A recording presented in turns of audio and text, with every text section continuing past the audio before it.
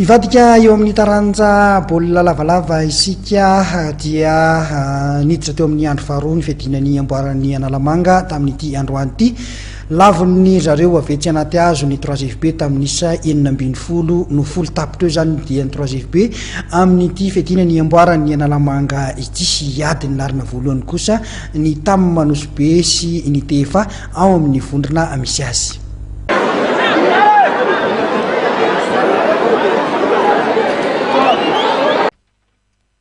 Raraka ny 3FB tsy afaka manohy ny faninanana intsony eo amin'ny fiadianan'ny Amboaran'Analamanga.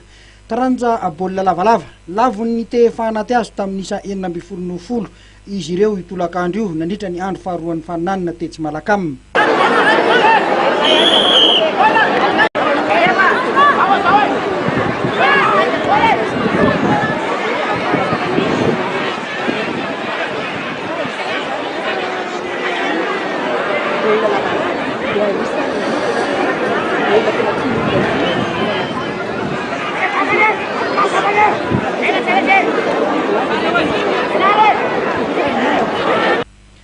Vao nanomboka ny lalao dia nanao be fiavy ny pilo kely nandoro tao anaty eva ka maromaro ny baolina matin'izy ireo izay nitokony 9.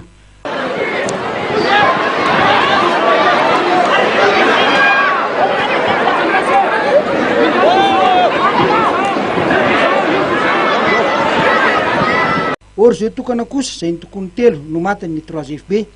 Nanatombo teo amin'ny tanjakarabatana ny TFA tamin'ity lalao ity. 9 ny iza teny amin'ny solaitra be izay netiny rotota ny alasasatra. Teo amin'ny fidirana faharoa dia nanova lalao ny 3FB nampiazakazaka ireo trokarany ka nahatonga baolina nentanina izay mbola voatsara ihany koa zany ka lasa 10 ny isany.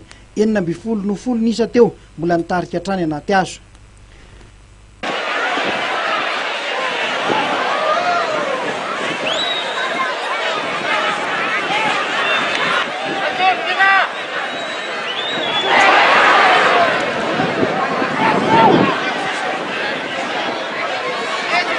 Teo amin'ny fidirana faharoa izay ihany dia niezaka nandrafitra fanafiana ny 3FB saingy nanamafy ny fiarovatena ny TFA ka sarotra ho an'ny 3FB ny namaky azy. Nahay niaro ny tombon'isa azo ny teto ny TFA ka mora ho azy ireo niakatra amin'ny dingana manaraka. Tamin'ny TFA no niady ny laharana voalohany eo amin'ity vondrona ity izay mbola ady tsy vita ihany koa fionany samy karte. Teo amin'ny vokatra hafa kosa dia ny 15 familiana nandresin'ny Stade Olympique de Lemirna tamin'isa 22 ary ny TFM Manakasina nandresin'ny Semino tamin'isa 17 no sivy.